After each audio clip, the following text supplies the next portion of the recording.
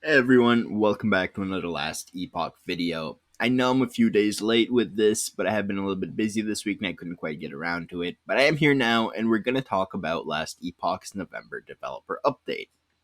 To start things off, there is a new trailer. If you have not seen it, I highly recommend checking it out because it's pretty awesome. I'm not going to play it in this video, but I will leave a link to it in the description of the video as well as this dev post if you want to go through it yourself in full. I really do think EAG is doing a fantastic job with making updates to the game, whether big or small. And keep in mind, they are a small studio, and it really does seem like they're busting their ass off to make this game as clean and as polished as possible prior to launch. So, let's get into the latest of it.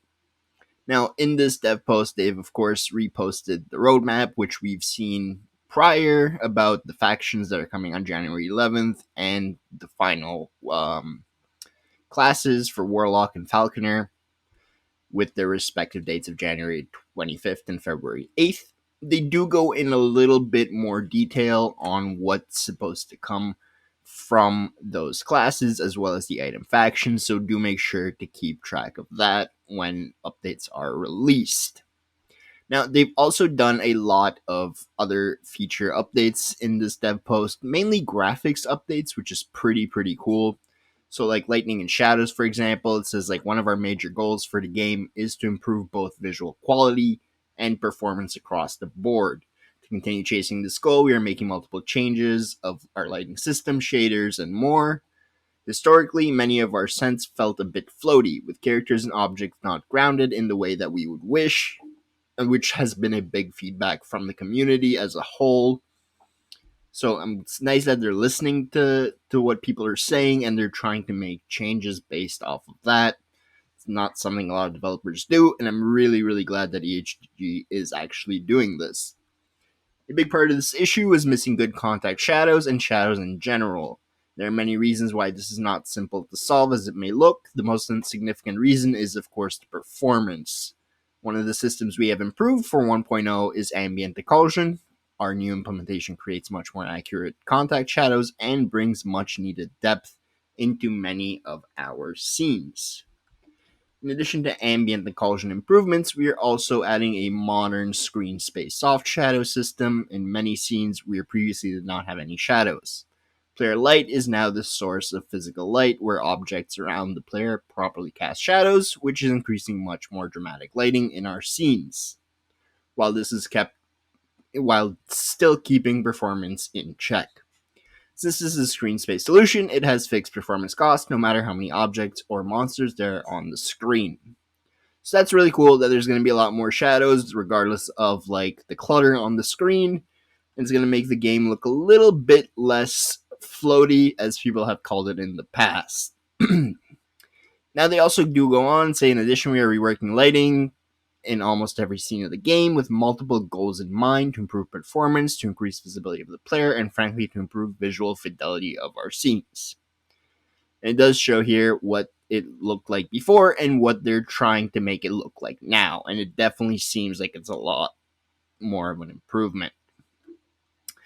The thing that I really like is this right here, which is a scene variant system. So if you see in this image here,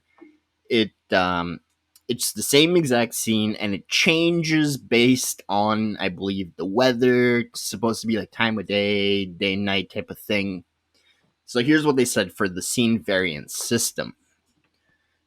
The scene variant system is another major system we are introducing for 1.0. It is basically a set of tools and shaders which allow us to improve the visual quality of our scenes and add more variety to the game. It allows us to create dramatically different looking scenes by using scene variant templates. In the past, it was quite hard for us to do to create different variants of the scene, having different weather effects and changing our vegetation. In most cases, we need to create new materials, new textures, maps, or assets and decals to combine them to achieve the results we needed, which has a negative impact on performance since it all can increase draw calls. However, with shader changes, we now change this vegetation wetness of our surfaces and add puddles to the scene using just shader functions. In other words, we can now have richer looking scenes while improving performances in the process. This set of tools also allows us to create new scenes more quickly allowing the level design team to focus on level design without trying to solve technical issues and challenges.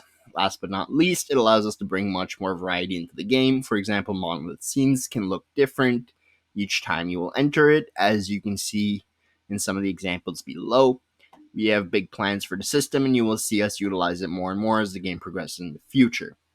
So this to me is very, very cool, because going through the same like monolith over and over again while you're progressing corruption can get a little bit stale and dull. So the fact that it's going to just look different every time you go in is a very cool thing, because even though you're killing the same monsters, you're doing the same thing, it'll at least give you a feel that you're in a different environment and just kind of like progressing more so through the game. So I really, really like this. I haven't really seen many games do this in particular. So it's nice to see EHG taking the initiative to like just have that little bit of like background difference while you're playing through the game.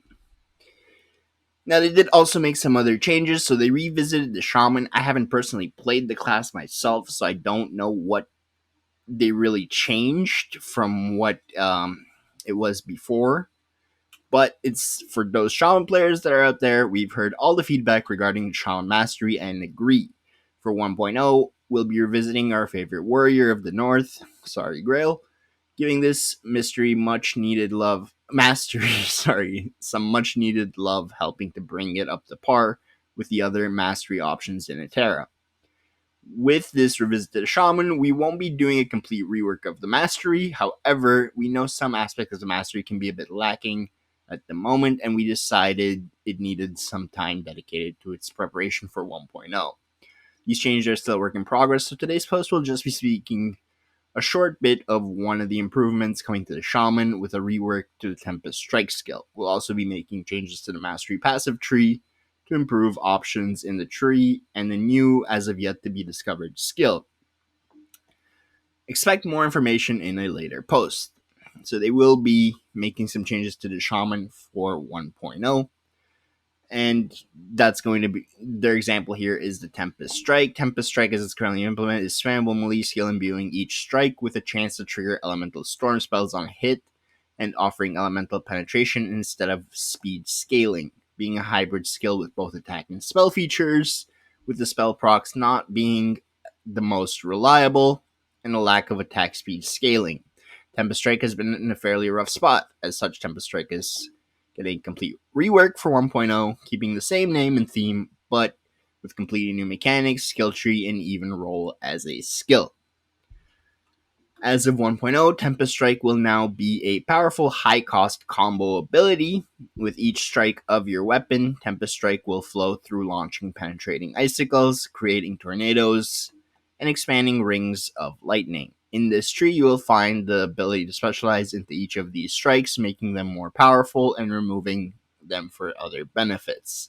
You'll also find the reworked Tempest Strike will be quite favorable to building attack speed, allowing you to rage an elemental storm through the hordes of enemies, and a whole new suite of animations and VFX.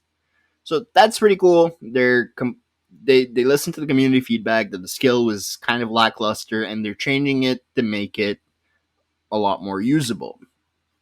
Speaking of storms, the change Tempest Strike leaves a vacancy with Primalist for a low-cost generator or filler skill tailored towards Shaman, but that's another story for another time as we get closer to 1.0. So they understand the issues and they are working to fix them. Now, another cool thing I want to talk about, I'm not going to read through this one because it's quite long, but I will give you guys the brief synopsis of it, is the endgame rebalance.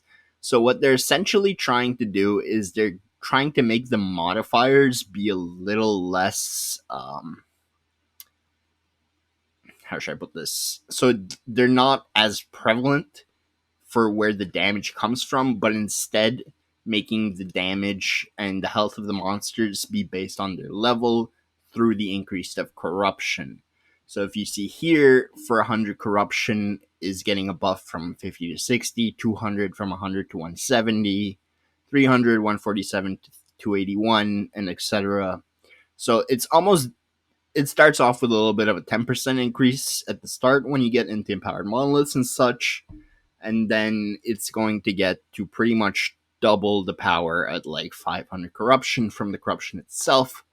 But they are reducing the bonuses from the inherent map modifiers themselves, so that you don't get those like crazy like 3 stacks of increased physical damage and then you just get blown to shreds um, while you're progressing through your monoliths. So I kind of like that there's just more base damage coming from corruption while the modifiers are scaled back a little bit on the maps. I think that's a good change. I think it'll make the end game progress a little bit smoother, to be perfectly honest with you guys, because for me personally, as I was progressing through like 2 to 300 corruption and such, and past that, you'd notice that like a lot of those modifiers were so deadly that you just kind of avoided going in there altogether, even though like you wanted certain rewards. So this will kind of fix that problem a little bit. Whereas like if you can handle 300 corruption, you can handle 300 corruption. Yeah, the modifiers are gonna like give a bit of an increase to the damage and health and other stuff like that, but it won't be as detrimental to you whether or not you can clear that echo. Last thing, their closing statement, with 1.0 being such a significant point for us, features are not the only thing we're working on. We're continuing to work through many of the current bugs, improving our networking, improving performance, and addressing many balance concerns brought forward by you all. We want to ensure Last Epoch has the best launch it can for everyone, and we're working hard towards that goal. With 0.9, we had to change a number of processes with the community tester program, meaning we weren't able to get the program back up and running for 0.91 and managed to get the program up and running just before 0.92. We know this. There's been feedback and concerns regarding if there have been sufficient testing and review of these big new features coming to Last Epoch. We're happy to say that the program has already started a week ago, providing testing and few of these upcoming features, and have already started adjusting to feedback from these community members. Currently, the program isn't accepting additional members. However, we want to provide reassurance that we're always committing to work closely with the community and making sure to fulfill the cooperation and coordination for these important features, though not limited to the CD program, as we always will be keeping a close eye on everyone's feedback as we continue to path to 1.0 and beyond. Thank you all for taking the time to read on the latest goings on 11th Hour Games. For more information concerning 1.0 and all things Last Epoch, make sure to mark the roadmap events on your calendar. Keep tuned in to our social channels and join us on Discord. Here's the Discord link if you want it, for future blog posts and teasers as we work forward to the February 21st release. I think this is very good coming from the devs. I really, really like it. I'm happy to see positive changes coming to the game, both from a graphic standpoint and the gameplay standpoint. And the fact that they're addressing like endgame changes as well, that's always going to be important because that's people's primary concern. That is going to be it for this video, guys. Let me know in the comments below what kind of changes you want coming from Last Epoch, what things you think aren't working as intended, stuff like that, if you have any. And hopefully that'll be drawn more towards the devs' attention if there's any other issues they really need to fix before their 1.0 launch. I really like this game. I want to see it succeed as much as possible. Again, I think developers are doing a great job and they deserve the support they're getting from the community. I think overall they're going to launch a really, really good game. I'm very excited for 1.0. I'm sure you guys are as well. Anyways, if you enjoyed this video, if you found it helpful, if you want to see more like this, make sure to give it a like, subscribe to the channel for more Last Epoch content. As always, my social media information will be in the video description below. Thank you all so much for watching, and I'll see you in the next one.